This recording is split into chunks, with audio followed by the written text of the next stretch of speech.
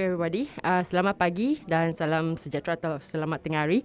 Also to our online media friends. So today we have a PC regarding My Sejahtera app. Actually, it is not for really all Malaysians.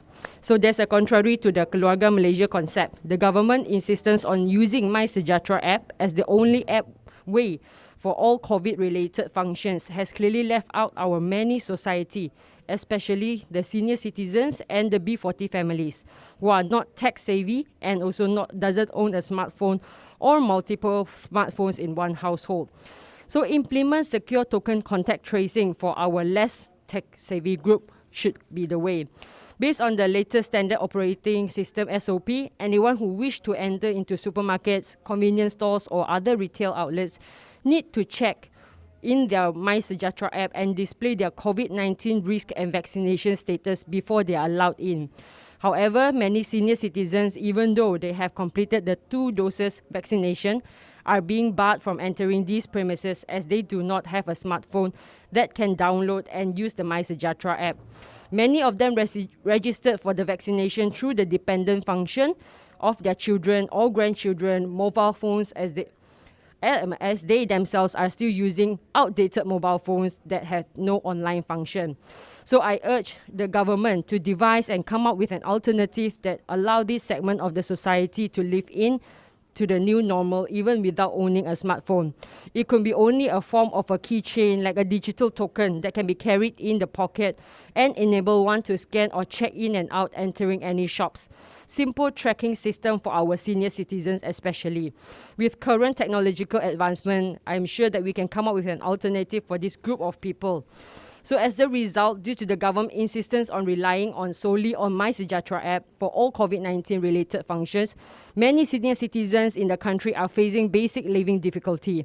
They cannot go to the supermarket to buy groceries or go to the neighborhood convenience store to grab some food for themselves or their children. So suddenly they are facing issues of cooking meals for their families and also just helping families to run errands. Similarly, many B40 families could not afford to have a smartphone for everyone in their household. As a result, the family members that do not have a smartphone with the My Sejahtera app are facing the same issues as well.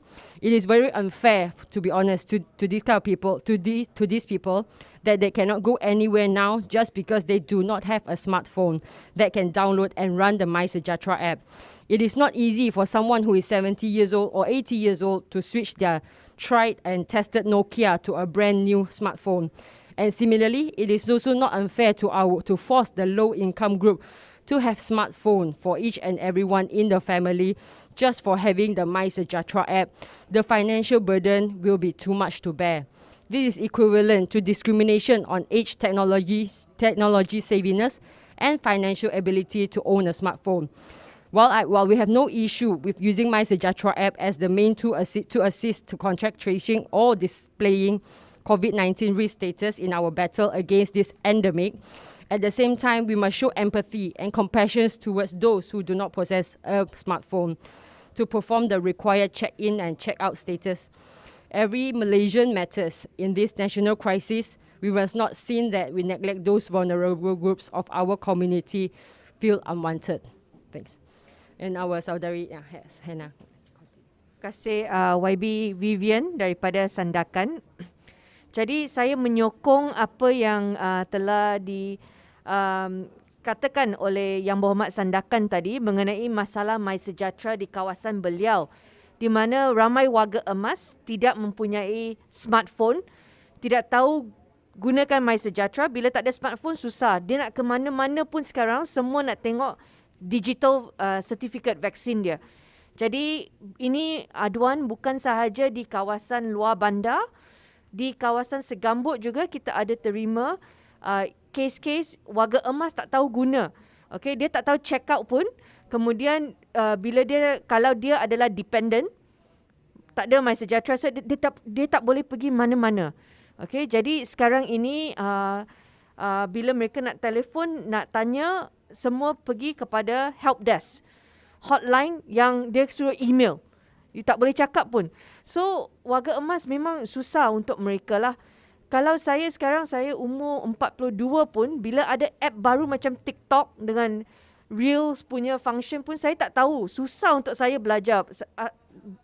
Kalau kita bayangkan 70 tahun, nak keluar beli sayur, benda basic pun sekarang aktiviti harian mereka terganggu lah. Jadi kita merayu kepada Kementerian Kesihatan untuk segera cari option. Sama ada kita guna cadangan YB Vivian yang guna gadget token seperti yang Singapura guna. Mereka letak dalam poket, mereka boleh jalan mana-mana, contact tracing boleh berlaku, ataupun sekarang ini bagi saja vaksin card. Bagi saja yang warga emas boleh gunalah. Senang untuk mereka. Jadi apa yang kita nak kata, kita simpulkan, jangan hanya hadkan kepada digital vaksin MySejahtera app. Kepada penduduk luar bandar, tak ada smartphone, memang susah untuk mereka bergerak sekarang. Okey, jadi kita minta Kementerian Kesihatan segera cari option baru untuk menyenangkan aktiviti harian warga emas. Ada soalan? Ada soalan?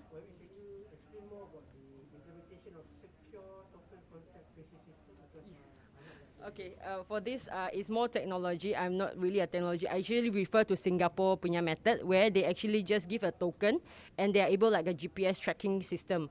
So for example, the reason that kenapa tidak boleh hanya guna itu vaksin card sebab dia mau tahu sama ada warga ini dia pernah pergi ke mana-mana, ada pergi red zone ke, kawasan PKPD ke. So macam mau tahu dia punya risk.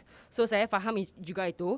Jadi ini token adalah untuk fulfill lah yang bagi siapa yang tidak menggunakan MySejahtera app tapi boleh trace dia pernah pergi mana. So when ini token dia bawa macam warga emas, dia datang, dia scan, then boleh dapat tengok okay dia punya status ialah apa. So it is a different token lah, means is a, it knows to say like a smartphone dia tidak boleh ada fungsi yang lain tapi hanya contact tracing for COVID-19 saja. Yeah, so also for because di kawasan saya juga pun ada yang ibu-ibu B40 lah. Mereka merupakan satu rumah hanya satu telefon saja. Jadi tetapi ada beberapa dewasa ataupun mereka perlu keluar, siapa yang boleh ambil phone hari ini. So sama itu data pun tidak akan accurate sebab ini data adalah untuk orang ini. So then after that they have to put the dependent, a lot of dependent. They showed me before. Ada yang ada keluarga 4 dependent. Grandmother pun ada. Mau pergi klinik pun tak boleh. So because they say itu phone ada di sepupu sana. So ini semuanya adalah masalah. So for keluarga B40 ataupun warga emas yang layak boleh ada ini, kalau boleh ada ini sistem token, sistem tracing bagi mereka adalah baguslah. It's where we learn from other countries how to implement sebab ini bukan saja pandemik, macam supaya menteri cakap sudah endemic lah. So it means 1 or 2 years going on, we still need to have this system. So kami tidak boleh neglect ini masalah lah.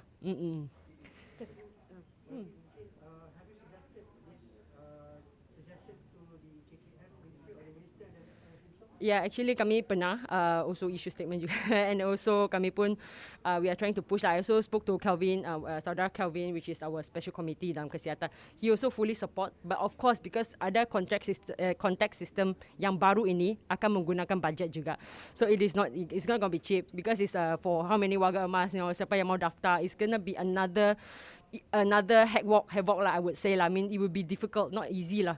Tapi we have to have the determination to go through. We have to approve the budget for that. But I do not know how much will it cost lah dan berapa orang yang akan dapat ini atau how to say will sign up for this. But it is a commitment lah by the government for this vulnerable group. Yang terabaikan lah, golongan yang terabaikan lah oleh MySejahtera app.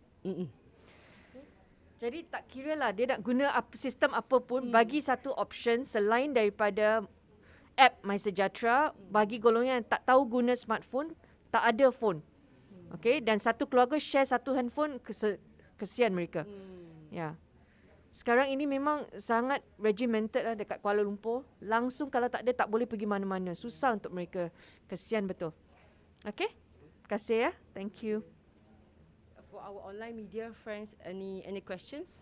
Should be okay, Online media. Yeah, online media. So on Zoom. Ada. Kalau ada mereka raise hand kan? You will send to them lah the statement. Yeah, I will send to them as well. Okay, Alright, thank you so much.